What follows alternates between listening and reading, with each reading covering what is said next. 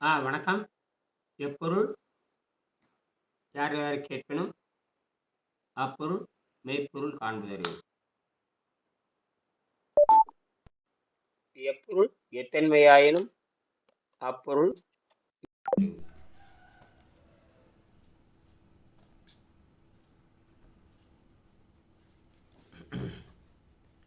அந்த 94ஆம் பக்கத்தில் மனதை பற்றி நாம் படித்து கொண்டிருக்கிறோம். மூஞ்சியில் கழுவிட்டு அந்த எலுமிச்சை நீர் அருந்து ஆரம்பிச்சிட்டிங்களா? குடிச்சிட்டிங்களா? வணக்கம். மனம் என்பது மனம் வந்து சித்தம் 5 நிலைப்பட்டது. இந்த 5 நிலைப்பட்டது அப்படிங்கிறது இன்னும் உலகத்துக்கு யாருக்கும் தெரியாது. சித்தம் 5 நிலைப்பட்டது, அவ்வளவுதான் விஷயமே. அதுல 3வது நிலை அப்படிங்கிறத நம்ம அந்த 3வது நிலை தான் இந்த மனம் மாறுகின்ற நிலை, ஒரு மையத்தை நோக்கி நகருகின்ற நிலை. இது வரைக்கும் நீங்க மையத்தை நோக்கி போகவே இல்லையே. இது வரைக்கும் நீங்க மையத்தை நோக்கி ஆமா. ஆஹ் போல. உலகமா அந்த அந்த தப்பு பண்ணிட்டு இருக்குது. உலகத்துல 800 கோடி பேர் அந்த தப்பு பண்றாங்க. 800 கோடி பேரும் அந்த தப்பு பண்றாங்க. அதாவது ஒரு மனிதன் யார்கிட்டையும் பிச்சை எடுத்து வாழணுங்கிற நிலை நம்மகிட்ட கிடையாது. இன்னைக்கு எல்லா மாணவர்களும் பிச்சை எடுத்துட்டு இருக்கிறாங்க. இது ரொம்ப கேவலமான நிலை. காரணம் இந்த வெள்ளைக்காரர்களுடைய கல்வி முறை தான் காரணம். வெள்ளைக்காரர்கள் முறை வந்து அதாவது செய்து பார்க்கிற கொள்கைக்கு எதிரானது. இந்தியாவில் மட்டும் அதை வச்சானுங்க. இந்தியாவில் யாரும் எதுவும் செய்து பார்த்து கண்டுபிடிக்க கூடாது அப்படிங்கிறது அந்த கொள்கை. இந்த செய்து பார்த்து கண்டுபிடிக்க கூடாது என்பதை அது வசதியா போச்சு. அதுக்கு பின்னாடி வந்து ஆட்சியாளர்களுக்கு இப்போ இந்தியாவில் இருக்கிற அத்தனை ஆட்சியாளர்களும் சரியே, அவன் செய்து பார்த்து அறிவாளியாகி கேள்வி கேட்க ஆரம்பிச்சிருவாங்க. அப்படிங்கறனாலதான் அந்த தேர்வு அப்படியே இன்னைக்கு வச்சிருக்காங்க. அதை தூக்கி முதல்ல எரியணும், உலகம் பூரா எரியணும். அதாவது செய்முறை கல்வியும் நல்லவர்கள் நாட்டுக்கு வர வேண்டுங்கிறது அடிப்படை. குடவோடை முறை, இந்த ரெண்டும் தான் இந்த உலகத்தையே மாற்றும். அதாவது செய்முறை கல்வியும், செய்முறை கல்விங்கிறது ஆசிரியரோடு இருந்து பாடம் படிப்பது. அதாவது 15 ஆண்டு ஆசிரியரோடு இருந்து பாடம் படிப்பது. இதே குருகுல கல்வினா. குருகுல கல்வின்னா அங்க ஆண்டானடையுமே மேல கீழே அப்படி கிடையாது. செய்முறை கல்வி. நம்ம தமிழ்நாட்டில் மட்டும் 64 கலைகள், யோகை கலைகள் 16, மொத்தம் 80 கலைகள் செய்முறை கல்வியாக இருந்தது. அப்ப அந்த கல்வி முறை ஒழிக்கப்பட்டது. அந்த கல்வி முறை ஒழிக்கப்பட்டது. இப்ப நீங்க எல்லாம் மதிப்பெண் வாங்கி உட்காந்துருக்கிறீங்க. நானும் உங்களை மாதிரி மதிப்பெண் வாங்கினவன் தான். 79ல பியூசி படித்தேன், 78ல எஸ்எல்சி படித்தேன். ஆனால் எல்லாமே மதிப்பெண். எதற்கும் சாணிதற்றக்கு பேரறிவு வேணும். அதுதான் அடிப்படை. அதுல இருந்து தான் சாம்பல் தயாரிச்சாங்க, அதுல இருந்து உரம் தயாரிச்சாங்க, அதுதான் வீட்டு எல்லாமே மாறிச்சு. சாணிதற்றதுங்கிறது சாதாரண விஷயம் இல்லை. ஒரு கழிவு பொருளை அது பொருளாதார பொருளாக மாற்றுறது கண்டுபிடிச்சவங்க தமிழர்கள். எதையுமே தமிழர்கள் வந்து வீணாக்கல. சாதாரண கரிய கூட அது பாண்டங்களுக்கு பூசலுக்கு பயன்படும். அவங்க தான் கிராஃபைட், பூமியில் இருக்கிற கிராஃபைட் எடுத்து பாண்டங்கள், அந்த காலத்திலேயே பல ஆயிரம் ஆண்டுகளுக்கு முன்னே பூமியில் இருக்கிற கிராஃபைட் அதை எடுத்து செம்பை எடுத்தான், இரும்பு எடுத்தார்கள். அதே போல மடையில் குவிந்திருக்கிற கிராஃபைட்டை எடுத்து அதை கிராஃபின் அப்படின்னு சொல்லுவாங்க, கிராஃபைட்டுன்னு சொல்லுவாங்க. அதோட இன்னொரு பகுதியை தான் டைமண்ட் சொல்லுவாங்க. டைமண்ட்ங்கிறது இந்த கார்பனுடைய இன்னொரு வடிவம். அதை எடுத்து நீங்க எரிச்சு கடுமையான வெப்பத்துல விடுகின்ற கூட கரிஞ்சு சாம்பலா போயிடும். அப்போ அது ஒரு கல். சரி, இது எதுக்கு நான் சொல்றேன்னா, இந்த மாதிரி செய்முறை கல்வி கூடாது அப்படிங்கிறது தான் இந்த அரசியல்வாதிகளுடைய வெள்ளைக்காரன் போட்ட திட்டத்துல மாற்றிட்டு சீரழிகிறாங்க. நமக்குன்னு செய்முறை கல்வி இருக்கிறது, அடியோடு ஒழித்தார்கள். அது வந்து கட்டடக்கலை, மந்திரக்கலை, சொல்லியல் கலை, வானியல் கலை எல்லாம் நம்ம இந்தியாவில் இருந்தது. அதுக்கு வாஸ்துன்னு சொல்லுவாங்க, அதுக்கு மந்திரம்னு சொல்லுவாங்க, அதுக்கு சோதிடம் சொல்லுவாங்க. சோதிடம் இப்போ வந்து பலன் பார்க்கறது அல்ல, கோள்கள் நகருவது பலன் பார்க்கறது. செவ்வாய் வந்தா நல்லது, புதன் வந்தா நல்லது, குரு வியாழன் வந்தா நல்லது. அத்தனையும் கட்டுக்கள். அதுக்கும் நமக்கு எந்த தொடர்பும் இல்லை. அதை நகர்வுகளை வைத்துக்கொண்டு நம் வாழ்க்கையை எப்படி நீட்டிக்கல் வேண்டும், எப்படி தொடங்க வேண்டும் என்பது அறிவை பெறுவதற்குத்தான் இருந்தது தவிர, அது நமக்கு சோறு போடும், அதுக்கு எலுமிச்சை பழத்தை புடிச்சு கீழே ஊத்திட்டோம்னா நமக்கு வந்து எல்லாமே கொடுத்துருன்னு சொல்லிட்டு இடைத்தரர்கள் வயிற்று பிடப்பாடுகளால் உண்டாக்கப்பட்டதான் இதெல்லாம். ஆக இதெல்லாம் அறிவு பொக்கிஷத்து பூரா இவன் தெரிந்து கொள்ள கூடாதுங்கிறதுக்காக அந்த அந்த தவறான கல்விமுறை கொண்டு வந்து இன்னைக்கு பாரு லட்சக்கணக்கான பேர் தமிழ் உலகம் புறம் போராடிட்டு, இந்தியா புறம் போராடிட்டு இருக்கிறாங்க. இது என்ன ஆகுன்னு கேட்டீங்கன்னா, இந்த ஆட்சியே தூக்கிய அளவுக்கு போயிடும். எல்லாமே தவறா போயிட்டு இருக்குது. கடந்த 100 ஆண்டுகளுக்கு காங்கிரஸ் பண்ணதும் அப்படித்தான், அதை விட்டு பிஜேபி பண்ணதும் அப்படித்தான். யாருக்கும் பொறுப்பு இல்லை, யாரும் விரும்ப மாட்டாங்க. அதை தொடர்ந்து ஒருத்தர் ஆட்சியில இருந்தா யாருக்குமே பிடிக்காது. ஏன்னா மக்கள் வந்து வெறுத்துருவாங்க. அந்த யாருக்கு காரணம் இந்த கல்வி முறையே தப்பா இருக்கு. இந்த அரசியல் தேர்வு முறையே தப்பா இருக்கு. நல்லவர்களே இந்த நாட்டுல கிடையாது. ஒருத்தரையாவது நல்லவன்னு சொல்லுங்க பார்க்கலாம். அத்தனை பேரும் அயோக்கியர்கள். ஒரு பாலியல் வன்முறை பண்ணாதவன் அப்படியே கிடையாது. காரணம் அந்த குடவோலை முறையும் நல்லவர்கள். இன்னைக்கு நல்லவர்களை போட்டு அந்த காலத்துல திருவுள சீட்டு போடுவாங்க. சீட்டு குலுக்கி போட்டு செய்வாங்க. அப்ப அப்ப நல்லவர்களை தேர்ந்தெடுப்பாங்க. அதெல்லாம் படிச்சா தான் தெரியும். ஏன் அந்த குடவோலை முறை தான் இந்தியா பூரா இருந்தது. எல்லாம் ஒழிச்சானுங்க. சரி. ம். அப்ப கட்சி சார்பு அரசியல் வந்தது. எவனோ ஒருத்தன் கட்சியில் இருப்பான். அவனை நம்பி ஒண்ணுமே தெரியாதவனெல்லாம் யாருன்னே தெரியாத அவன் வந்து ஒழுக்கமே இல்லாத எந்த நாட்டோடு தொடர்ந்து மாட்டான். இந்த மக்களோட தொடர்பே இல்லாதவன், அந்த வீதிக்கு தொடர்பு இல்லாதவன், அவன் வந்து மந்திரி ஆயிரும். இதுதான் இந்த நாட்டுல இருக்கிற சாபக்கேடு. அது தமிழ்நாட்டுல இப்ப நடந்திருக்குது பாருங்க. ரொம்ப கேவலமா நடந்திருக்கு. சரி, இதெல்லாம் என்ன காரணம்? இங்க நடந்தது அங்க நடக்கல. அது முறைகேடு. எல்லாம் முறைகேடு. எல்லாம் இந்த வாக்குச்சீட்டு முறைகேடு. சரி, இதெல்லாம் காரணம் இந்த வெள்ளைக்காரனுடைய நீங்க அதைத்தான் நீங்க புரிஞ்சுக்கணும். இது ஏதோ இங்க இருக்கிற ஆட்சியாளர், இந்த ஆட்சியாளர்கள் வெள்ளைக்காரன் விட்டு போனது அப்படி வசதியா எடுத்துக்கிட்டாங்க. இது காந்தியடிகளுக்கும் புரியல, இது அம்பேத்கருக்கும் புரியல. நம்ம நாட்டில் இருக்கிற நீதி நூல்கள் வந்து திருக்குறள் இருக்குது, தேவாரம், திருவாசகம், திருக்குறள் இருக்குது, அத்தனை நீதி நூல் இருக்குது. அதை தேசிய நூலை கொண்டு வந்து அதுல இருக்கிற சட்டத்தை கொண்டு வந்திருந்தது ரொம்ப நல்லா இருந்திருக்கும். யாரும் அது செய்ய மாட்டாங்க. அதுக்குதான் இந்த யோக முறை வந்திருக்கு. நீ இது அவ்வளவுதான். இந்த பூமியை காப்பாற்றப்பட முடியாது, எல்லாம் அழுகி போயாச்சு. ம். ஒரு பூமி வந்து இந்த அரசியலுக்கெல்லாம் பூமி ஒன்றும் வேலைக்கு ஆகாது நாளைக்கு. அந்த ஒரு தடவை பாண்டிச்சேரி பிடிச்சி மழை அடிச்சது பாருங்க, அது சாதாரண மழையா? அந்த மாதிரி எங்க வேணாலும் பெய்யலாம். அது நல்ல மழையே கிடையாது.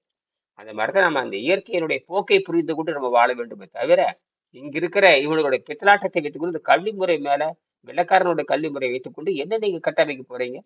உங்க வாழ்க்கையை நம்ம எல்லாருமே என்ன வேணா நம்மகிட்ட இருக்கிற அந்த அரைகுறை அறிவு காரணமே, வெக்கங்கட்ட அறிவு ஒரு காரணமே வெள்ளைக்காரர்கள் எடுத்துக்கொண்ட ஆராய்ச்சி முறைதான் காரணம். நமது கல்வி முறை வந்து ஆகாயத்தை அடிப்படையாக கொண்டது. அதாவது வெட்ட வெளியை அடிப்படையாக கொண்டது, பால் நிலை அடிப்படையாக கொண்டது, புள்ளி நிலை அடிப்படையாக கொண்டது, வட்டம், நேர்கோடு. இதுதான் நம்ம அடிப்படை கொள்கையா இருந்தது.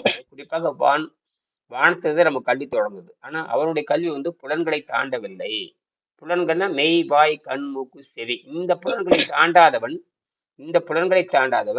பகுத்தறிவே இல்லாதவன். அவன் அவன் கட்டமைச்சிருக்கிற இந்த கல்வி முறை வைத்துக் கொண்டு நீங்க எப்படி உங்க வாழ்க்கையை அமைத்துக் கொள்ள முடியும்?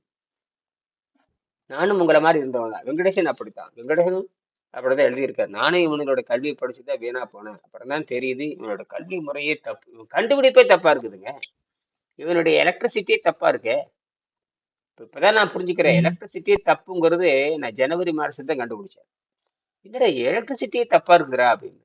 எலக்ட்ரானே இல்லையே. உடம்பு அடிப்படை பேசிக்கே பார்த்தீங்கன்னா அட்டாமிக் பவர் ஸ்டேஷன், அட்டாமிக் கொள்கையை நீங்க படிச்சு பார்த்தீங்கன்னா அது வந்து புரோட்டானும் நியூட்ரானும் சேர்ந்துதான் இருக்குது. அந்த புரோட்டானே நியூட்ரானே ஒழுங்கா பயன்படுத்த அது மின்சாரம் தானவே கொடுக்குதுங்கிறது ஏன் உனக்கு தெரியாம போச்சு? என்னன்னா நான் சாதாரண பியூசி படிச்சிருக்கேன், எனக்கு விளங்குது உங்களுக்கு விளங்கலையா? அப்ப கண்டுபிடிச்சிட்டு பாருங்க, கண்டுபிடிச்சு பதிவு செஞ்சாச்சு. என்ன இது தண்ணிகளை போட்டாலும் சாக மாட்டேங்குது. ஒரு ஷார்ட் சர்க்யூட் எல்லாமே இந்த எலக்ட்ரானுக்கு எதிராக. அப்ப எலக்ட்ரானுங்கிறது இவனுங்களால் தவறாக உருவாக்கப்பட்டது தான். எலக்ட்ரானுக்கும் பவருக்கு சம்பந்தமே இல்லை. அது ஒரு சக்தி விரைய கொள்கை தான் அந்த எலக்ட்ரான் கொள்கை. இப்பதான் தெரியுது புரோட்டானும் நியூட்ரானும் தான் அது அடிப்படை. புரோட்டான் நியூட்ரான் இது குழந்தை மாதிரி உள்ளேயே ஜம்ப் ஆகி உள்ளே மின்சாரத்தை கொடுக்குது. ஏன்னா நம்ப முடியல.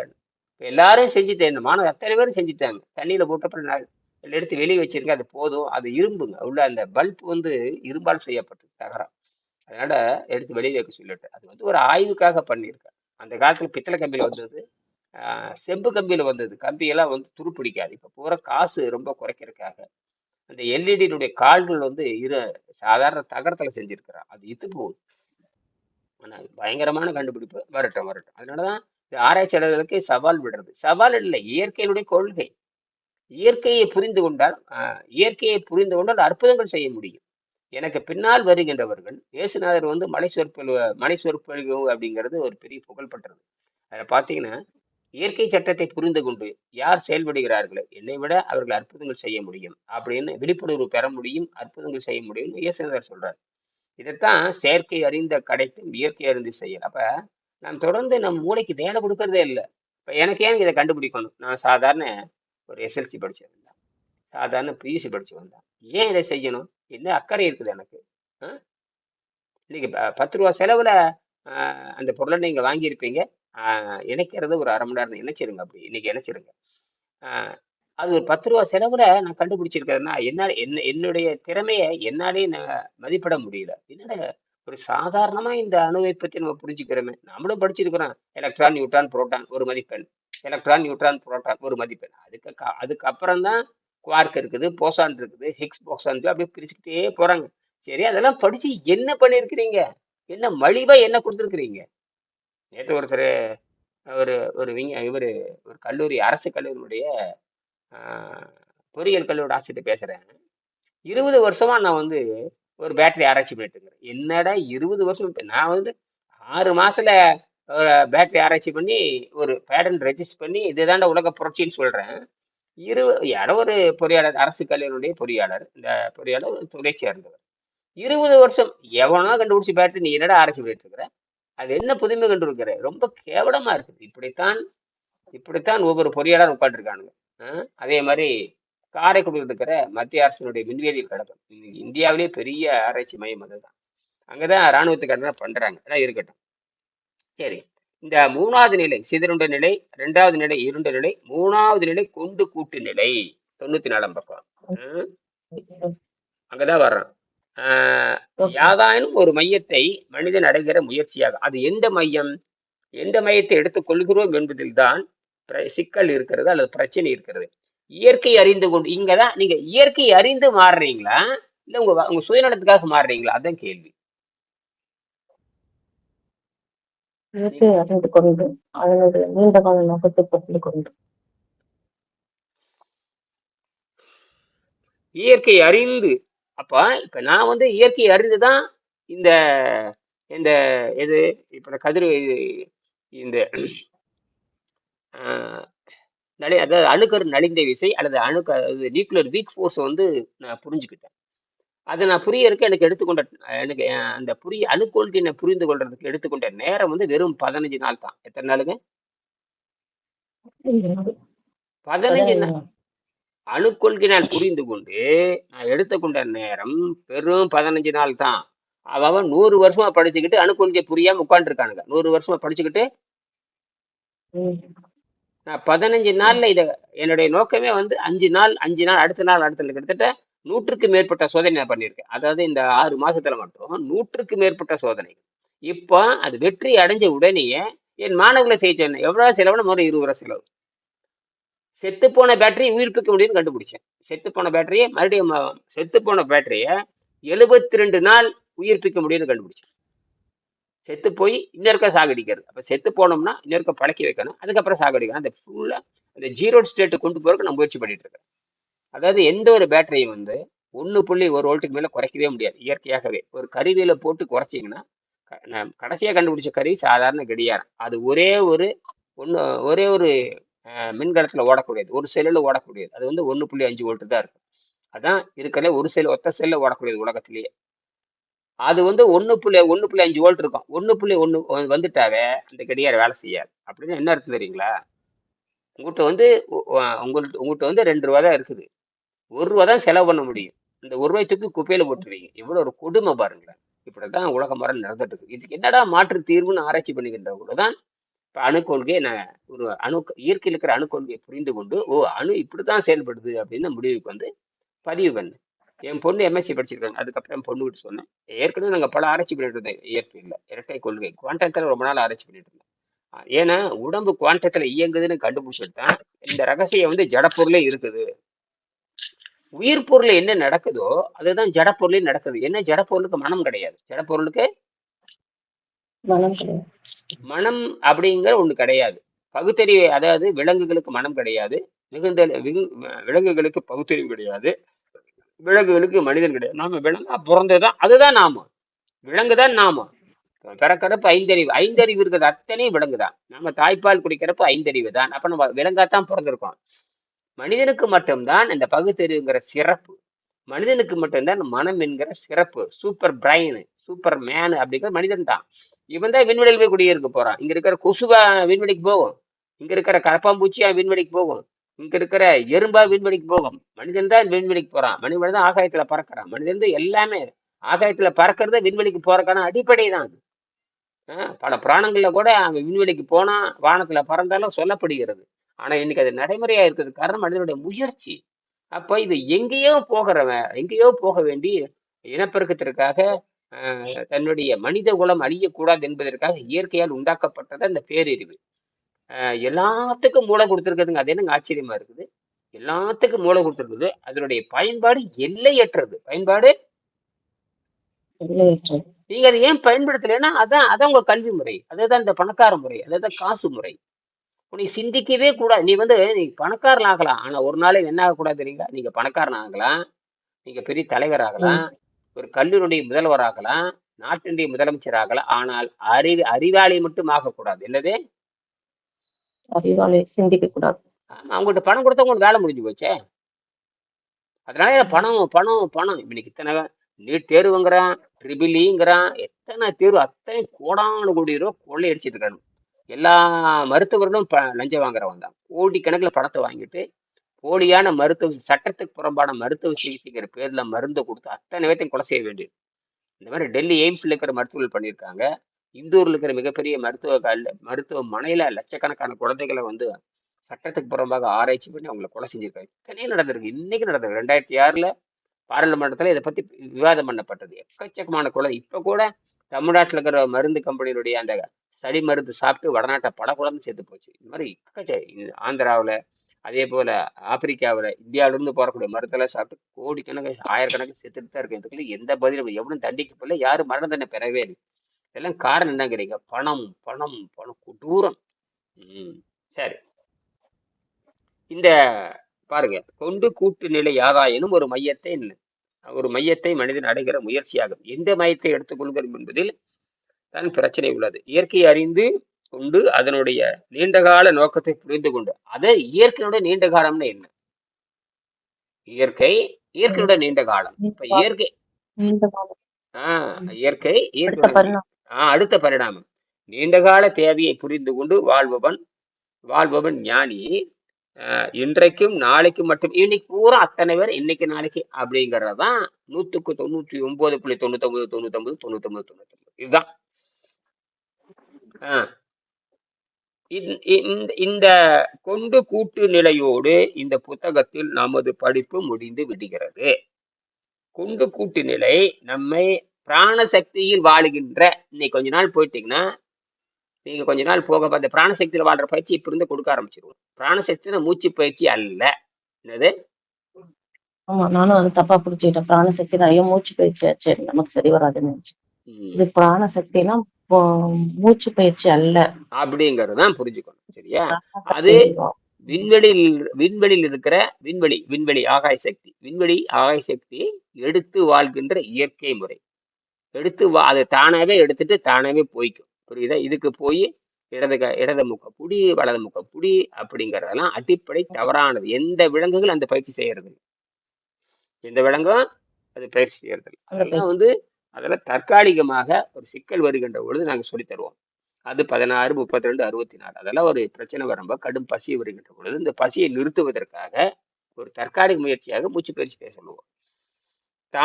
மூச்சு பயிற்சி பண்றதுல முட்டாள் பயிற்சி நான் பண்றது இல்லை. இதெல்லாம் நான் பண்றது இல்லை. நான் பண்ணிட்டு இருந்தேன் 30 வருஷத்துக்கு முன்னாடி. எல்லாம் பொய்ன்னு தெரிஞ்சுக்கிட்டேன். நோயற்ற வாழ்வு கிடைச்சிக்கிட்டா மனதை அடக்கு படக்கி அந்த ஜீரண நீர் நிறுத்திட்டேன்னு வச்சுக்கேன், நான் மேல போயிடுறேன், 7ஆம் நிலைக்கு போயிடுறேன். நான் ஏன் பிச்சை எடுக்கணும்? அது பிச்சை எடுத்து வாழணுங்கிற அவசியம் இருக்குமானா இந்த கடவுள் சாகட்டும்.